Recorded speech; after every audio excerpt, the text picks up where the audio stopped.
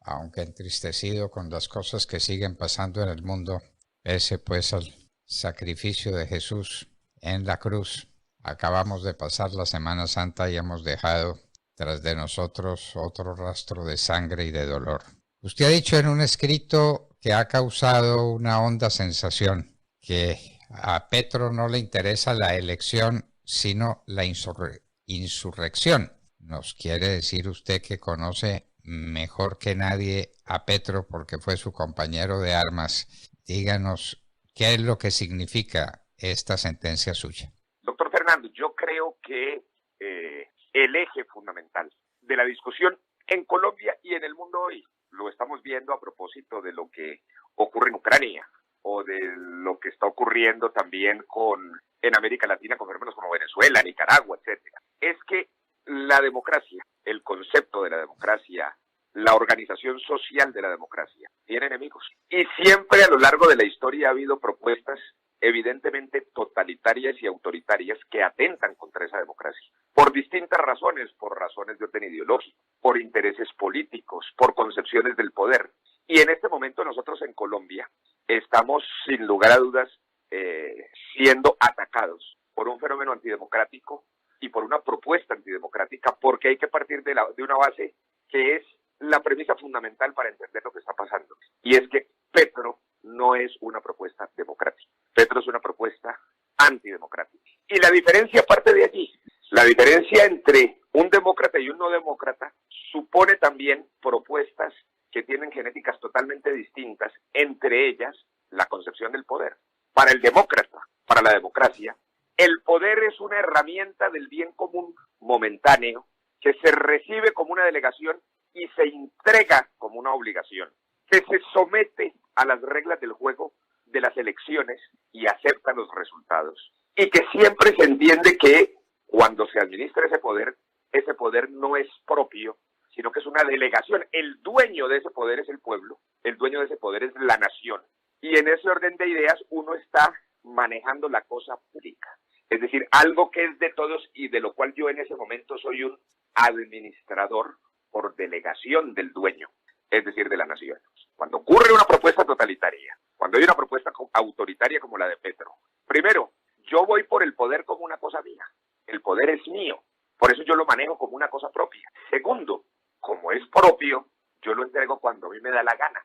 Y si no me da la gana, no lo entrego, como ocurre en Venezuela, como ocurre en Nicaragua, como ocurre en Rusia, etcétera, etcétera, etcétera. Pero además hay un elemento que es fundamental, doctor Fernando, que me parece que eso debe ser comprendido por la sociedad en algo tan definitivo como la cultura democrática. Y es el demócrata se bate en el debate político a través de una confrontación de ideas, por lo que supone además un respeto por el adversario, comenzando por la dignidad del adversario. Su herramienta es la política. En el caso de las propuestas autoritarias, su herramienta para el debate público no es la política, sino la conspiración, el secreto, el ardid. Más que el debate de ideas es su estrategia de poder lo que determina. Por eso, mientras el demócrata busca solucionar los problemas para unir a la nación, el autoritario, particularmente la versión marxista del autoritarismo, lo que hace es aprovechar la obvia y elemental realidad de las contradicciones sociales para convertirlas no en una oportunidad de solución, sino en un arma de esa guerra conspirativa ideológica, a fin de profundizar su método, que es la lucha de clases, que consiste en dividir a la sociedad a fin de hacerse totalmente al poder para tener una sociedad de vencedores y vencidos, de victoriosos y derrotados. Luego son temas de fondo. En ese orden de ideas, como lo planteo, doctor Fernando, en el artículo que escribí que usted menciona, hay que tener mucho cuidado, porque cuando el proyecto que se juega, aún abusando de las reglas del juego de la democracia, no es la de acceder a un gobierno temporal delegado, sino hacerse a la toma del poder. Ojo con ese nombre, la toma del poder. El poder supone en esa toma estratégicamente unos pasos de lo que se denomina la acumulación del poder. En ese orden de ideas es que yo planteo y prácticamente hago una alerta al país, a los líderes, a la sociedad colombiana, al gobierno nacional, a la justicia. Es decir, ojo, porque en esa estrategia de toma de poder, Petro no va a aceptar la derrota. Una derrota que además es más evidente. Las encuestas, todas, absolutamente todas, muestran que Petro no supera el 30-35%. Con eso no se gana. Uno no es presidente en un sistema democrático de 2 vueltas. Cuando terminan 2 en el escenario de la confrontación política, uno no gana con un 35%.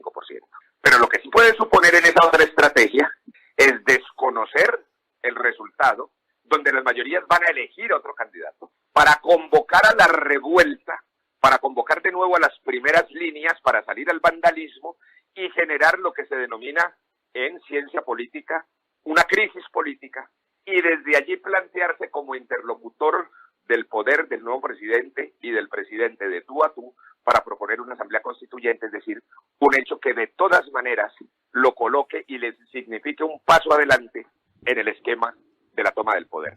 Ese es el planteamiento, doctor Fernando. Doctor Carlos Alonso Lucio, hay una pregunta que algunas personas se hacen y que no están convencidas de la respuesta. Por lo que usted nos ha explicado, Petro es un marxista y como marxista tiene que proponer la lucha de clases y después de la lucha de clases la dictadura del proletariado. ¿Usted está convencido de que a estas alturas Petro es marxista cuando el marxismo fracasó en todas partes y ha sido derrotado en todas partes?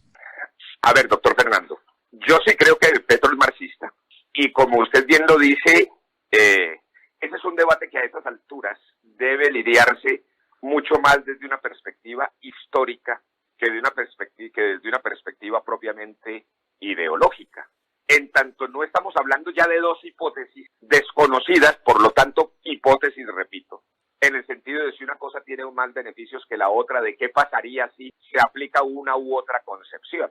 La historia de la humanidad, los últimos 150 años, ya nos dan para tener no solamente un referente ideológico, sino una experiencia histórica. Es decir, ¿qué ha pasado en aquellas sociedades, en aquellos países, en esos momentos históricos en los cuales se ha aplicado la teoría marxista en esos países?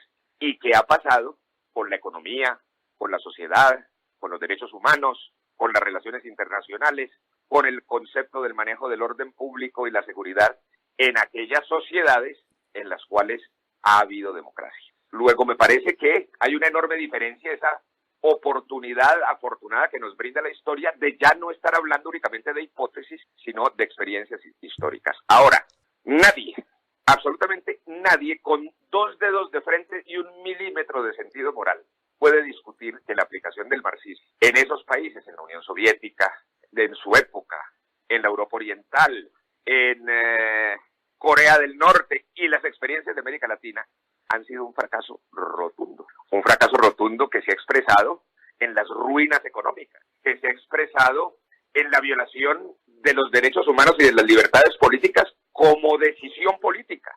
Eso es indudable. No obstante, doctor Fernando, yo creo que uno no puede hablar aún de la derrota y por lo tanto la inexistencia del marxismo. ¿En qué sentido lo planteo? En el sentido de que si bien es cierto la propuesta comunista, digamos, por ejemplo, de la eliminación de la propiedad privada a rajatabla y la estatización total de la propiedad, ya nadie la esgrime. A todo el mundo le da pena plantearla. Lo cierto es que la médula del marxismo, que no solamente es del marxismo, sino del autoritarismo en general, pero del marxismo particularmente, quien la ha planteado más teóricamente que ningún otro, es la lucha de clases. Luego podemos decir que, dada la experiencia histórica, lo que no se plantea es la propuesta comunista, pero el elemento metodológico, el elemento de la lucha de clases, el elemento de usar los problemas y las contradicciones sociales como oportunidad para profundizar las divisiones de las sociedades y destruir el concepto de nación y de democracia, eso sí sigue vivito y coleando en América Latina y en el mundo entero. ¡Qué horror! Muy buenos de días, manera doctor que queda Fernando. hecha esa advertencia y más clara no puede ser, proveniendo de la persona que más puede conocer a Gustavo Petro en sus ambiciones, en su estructura mental. Y Gustavo Petro, ¿qué clase de estudioso es? Uno nunca lo ha visto con un libro en la mano. ¿Y a qué horas resultó ser el ideólogo que pretende ser, doctor Carlos Alonso Lucio? A ver, la verdad, bueno, conozco porque lo he visto a Gustavo Petro hace muchos años, desde las épocas del M-19.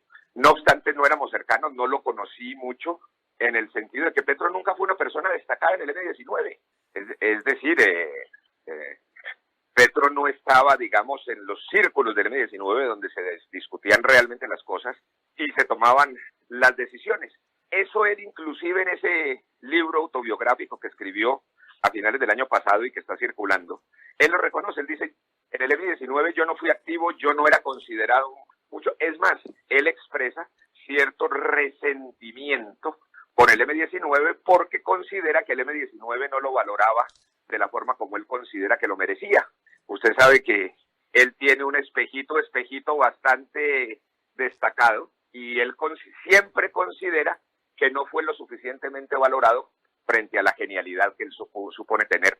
Yo también creo que esa imagen que han dado algunos periodistas y que dan sus áulicos de que es una persona preparada, yo no creo, yo creo que él maneja un manualito de esos de primera, de economía política, básicos, pero que de ahí no sale. Es decir, yo creo que él es portador hoy en el mundo, cuando uno lee lo que el mundo está pensando, discutiendo, etcétera, indudablemente él forma parte de las propuestas más retardatarias y atrasadas que hay.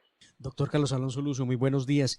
Quería preguntarle esto que está ocurriendo en las últimas semanas con Gustavo Petro sobre lo que él ha llamado el perdón social, que va tomando otros alcances. Habíamos visto cómo su hermano Juan Fernando Petro había ido a las cárceles a hablar con algunos presos en La Picota sobre el perdón social y lo que sería una reforma a la justicia, aunque el mismo Petro lo niegue, pero ahora inclusive Petro plantea una especie de justicia especial para la paz para los narcotraficantes. ¿Esto hace parte de ese pensamiento marxista de todas las formas de lucha? ¿O este es simplemente un descache, si me permite la palabra, que le ha ocurrido a la campaña de Gustavo Petro? A ver, frente a ese episodio que está discutiéndose en este momento y que por su naturaleza no deja de sorprender, es decir, un candidato presidencial yéndose para una cárcel a negociar los votos de una candidatura presidencial y negociando una reforma a la justicia, eso sin lugar a dudas desde el punto de vista de la ética elemental no tiene presentación. Pero, digamos, yendo más allá de la discusión, ¿qué alcanzo yo a leer y a percibir con claridad de ese episodio? Porque es un episodio que vale la pena analizar, obviamente. Primero, ese episodio demuestra el carácter autoritario de Petro. Es decir, lo describe de cuerpo entero, porque si ustedes lo analizan con cuidado, lo que Petro propone no lo puede hacer un presidente en democracia. Petro se manda al hermano a la cárcel y le dice, mire, si ustedes me apoyan, negociemos este perdón social que consiste en que yo les doy rebajas de penas o mejor dicho, hagamos una reforma a la justicia y la negociamos aquí, yo se las garantizo. Se le olvida a Petro que en una democracia, una reforma de esa naturaleza, buena, mala o regular, tiene que pasar por un Congreso de la República, un Congreso en el cual él no tiene mayorías, supone una revisión de la Corte Constitucional, sabe que éticamente que en la democracia una discusión de esas supone además la construcción de un consenso social que sería muy difícil. Yo no creo que tenga mucho espacio de legitimidad en la sociedad democrática que nosotros tenemos, en la sociedad colombiana que tenemos, que la gente vaya a estar de acuerdo con el perdón social de los corruptos, de los que le han metido la mano a los hospitales, a las carreteras, a los colegios, carajo, a todo lo que hay. La corrupción de las cosas que más detesta el país. Sabiendo esas circunstancias del ABC de la democracia y de la constitucionalidad colombiana, ¿cómo se va Petro a proponer una cosa que constitucionalmente no es?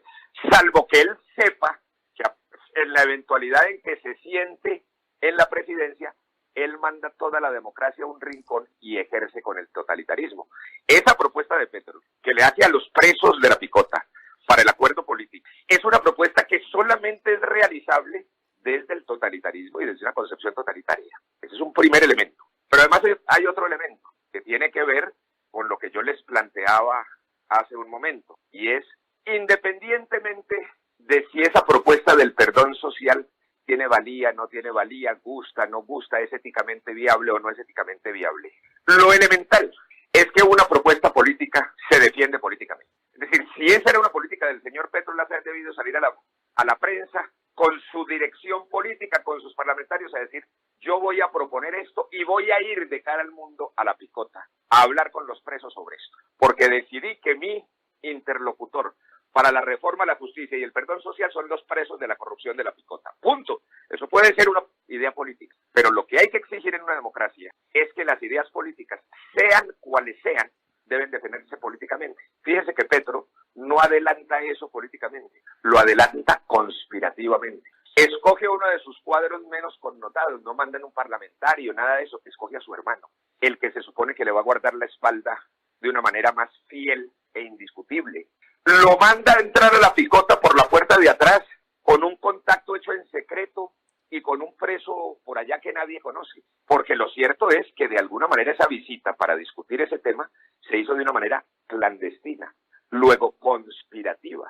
Luego es una idea política que se adelanta conspirativamente. Y lo que les decía ahorita, una de las diferencias de fondo entre un demócrata y un totalitarista es que el demócrata defiende sus ideas en franca lid, el totalitario conspira, las adelanta por la puerta de atrás, sorprende. Y para hacer, digamos, una tercera reflexión sobre este hecho que usted me menciona, el de el pacto histórico en la picota. Mire, no solamente es el carácter totalitario del talante de la propuesta, no solamente es el carácter conspirativo del tema, es que en el hecho, cuando se le viene el aguacero encima, cuando el velo de clandestinidad se rasga, entonces no sale a defender la propuesta, sino que sale a mentir, que es una de las formas de la conspiratividad, y a decir que entonces se está conspirando contra él.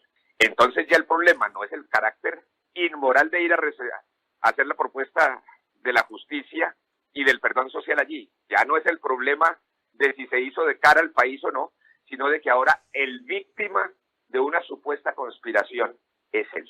Son todas características que empatan, y no por eso yo diría, no es un descache, para responder ya con puntualidad la pregunta, no es un descache, es una práctica que corresponde a su manera de ser y a su concepción de la política. Bueno, es que uno no puede discutir la democracia en las cárceles ni proponerle a los presos que quedarían libres si uno gana, pues todos los presos están de acuerdo con esa propuesta. Vaya y díganos que no.